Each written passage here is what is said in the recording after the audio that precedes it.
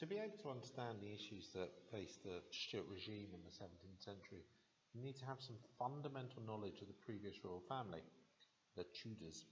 Now, the Tudors are probably one of the most memorable families in English history, from the king known by the shadow or silhouette to, of course, the Virgin Queen Elizabeth. Now, there are 5 key Tudor monarchs, including Henry VII, Henry VIII, Edward VI, Mary I, and Elizabeth I. Therefore, what we're going to do in this lecture is that I want to introduce you to the longer-term causes of the British Civil Wars. The Civil Wars are known by a number of different names, the English Civil War being one of them, or the English or British Revolution. Now, you need to decide what you're going to call it. Now, you could call it the English Civil War or the English Revolution, but you must know that you are ignoring the Scottish and Irish elements. I would recommend that you call it British. Nevertheless, we have some key clear aims for this lecture and the associated activities that you're going to do afterwards.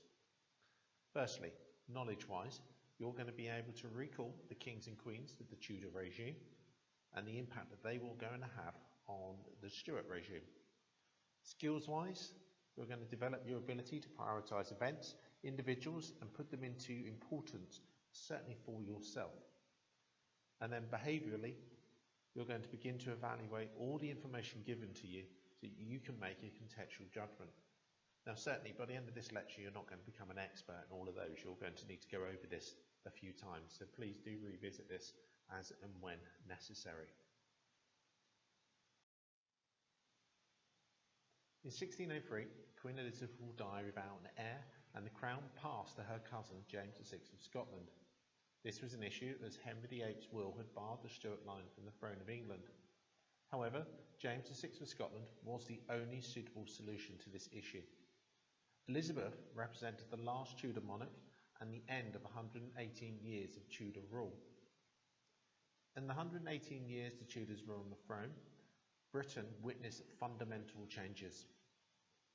Firstly, the end to civil conflict in 1485 and the end of the Wars of the Roses, a conflict which began in 1399 between the houses of York and Lancaster. England was at peace with a king who represented both houses of York and Lancaster, bringing stability and growth to England. In the 1530s, under Henry VIII, England broke with the Church of Rome, and the Church of England began with the distrust and dislike of Catholics in England and the Protestant Reformation. Religious unrest under Edward VI and Mary I saw religious problems throughout England, with around 300 Protestants being burnt for their beliefs. Elizabeth, however, would find a solution, and this would be known as the Elizabethan settlement. However, France and Spain would declare war on England due to the religious turmoil. Nevertheless, cultural developments begin with the stability of England, with playwrights such as Shakespeare, albeit with the embryonic start of a class structure in the background with a new class of gentry. All this is of course wrapped up in a century of inflation which began in 1540, ended in 1640 with the English or the British Civil War. To understand the religious problems that happened during the 118 years of Tudor rule, let's break them down monarch by monarch.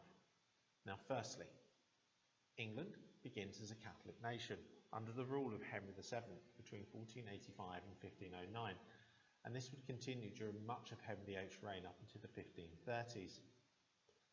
When Henry VIII came to the throne, he was a devout Catholic and defended the Church against Protestants. Henry VIII did not agree with Protestant views. In 1521, Pope Leo X honoured Henry VIII with the title Defender of the Faith because of the support of the Roman Catholic Church. This is a title that has remained with the monarchy up until this date. When, in 1533, the Pope refused to grant Henry VIII over divorce from Catherine of Aragon, Henry split off the English Church from the Roman Church. Rather than the Pope, the King would be the spiritual head of the English Church. King Henry VIII declared himself supreme head of a new Church of England. This marked the start of centuries of religious conflict in Britain. Despite being cut off from Rome, England retained much of the doctrine and practices of Catholicism, and from the outside looked pretty much Catholic. The year 1535 saw Henry order the closing down of Roman Catholic abbeys, monasteries and convents across England, Wales and Ireland. This act became known as the dissolution of the monasteries. Until Henry's death in 1547, although split off from Rome, the English Church remained a pretty much Catholic church, other than Henry as its head. Henry's son Edward was given Protestant teachers and brought up a strict Protestant. Under King Edward VI, 1547 to 1553, England became a Protestant nation. King Edward VI was a devout Protestant and introduced a new prayer book. All church services were held in English rather than the Catholic Latin, and Catholics were treated very badly, and Catholic bishops were locked up. Now, Edward would die young, and under Queen Mary I, his sister, between 1553 and 1558, England was again a Catholic nation. Mary was a devout Catholic and had been all her life. The Pope became the head of the church again, and church services changed back to Latin. During the last 3 years of her reign, 300 leading Protestants who did not accept Catholic beliefs were burned to death at the stake. This earned her the nickname of Bloody Mary. However, when Mary died, it passed to her sister. Now, although Elizabeth insisted on Protestant beliefs, she still allowed many things in the Catholic religion, such as bishops, ordained priests, church decorations, and the priest's vestments, their outfit. She also produced a prayer book in English, but allowed a Latin edition to be printed. Elizabeth disliked and punished extreme Protestants and extreme Catholics who tried to convert people to their faiths. Church services were changed back to English. Now, Queen Elizabeth was raised a Protestant, and under Queen Elizabeth between 58 and 03, England was again a Protestant nation. Now, it was under Elizabeth that the Anglican Church, another name for the Church of England, became firmly established and dominant. However, Elizabeth did her best to sort out this problem of religion. Now, Elizabeth wanted England to have peace and not to be divided over religion. She tried to find ways which both the Catholics and Protestant sides would accept and be happy.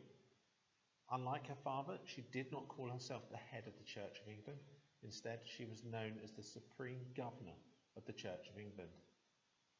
This solution was known as the 1562 Elizabethan Settlement, and it is the third way, the middle way, a really good, suitable solution to the issues that England was facing.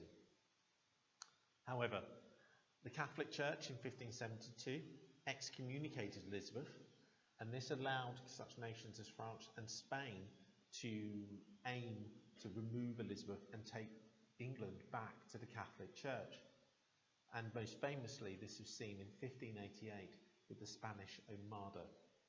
And in the 1590s, there was a rebellion in Ireland which saw England and having to fight to safeguard their back door. The historian Stevie Davies states that the 17th century was the century of troubles. Now, this century can be broken down into some clear sections, and it begins with James I and James VI of Scotland, both the same king, and his deteriorating relationship with Parliament. This is followed by his son, Charles I, and again his disastrous relationship which will end in civil war and his execution. Afterwards, Cromwell's search for settlement. This is followed by the return of the king and an attempt at a peaceful settlement by Charles II. Charles II will die, and it will pass to James II, his brother, who is a Catholic, and this causes a fear of a Catholic succession. After that, we have William and Mary and the Glorious Revolution, and an invitation from Parliament to take the throne and save the country from a perceived Catholic threat. There were, in essence, two revolutions in the 17th century. Firstly, the one between the King and Parliament, which saw between 1642 and 1649 a war with the execution of the king. And then secondly, in 1688, where James II is replaced by William and his daughter Mary. However, what is a revolution?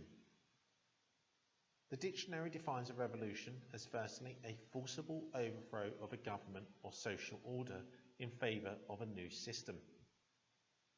And then secondly, an instance of revolving, such as a wheel going round. Now, in the modern world, there tends to be three key clear themes as to what a revolution is. Firstly, an overthrow. An overthrow where the established order is removed and is replaced by a new order. Also, revolutions tend to be violent. You can have something known as bloodless or non-violent, but this is extremely rare. The Glorious Revolution is said to be one of them, and when we get to that, you'll make that decision of whether or not you actually think it is. And then finally, mass participation. To some degree, a revolution needs to be popular. It involves people, it involves the masses. And revolutions can be led by top down, those in charge wanting to change, or bottom up, with those at the bottom moving upwards. Now, we have finished with the introduction to the component. What I want you to do now is complete the activities that are on Moodle and ensure that you consolidate the information won from this lecture on the long-term causes of the British Civil Wars. Once you've done that, you will have, knowledge-wise, be able to recall the kings and queens of the Tudor regime and talk about the impact that they have on the Stuart regime. Skills-wise, you will have developed your ability to prioritise events and individuals into importance. And then finally, behaviourally, you will begin to evaluate all the information given to you and make a contextual judgement.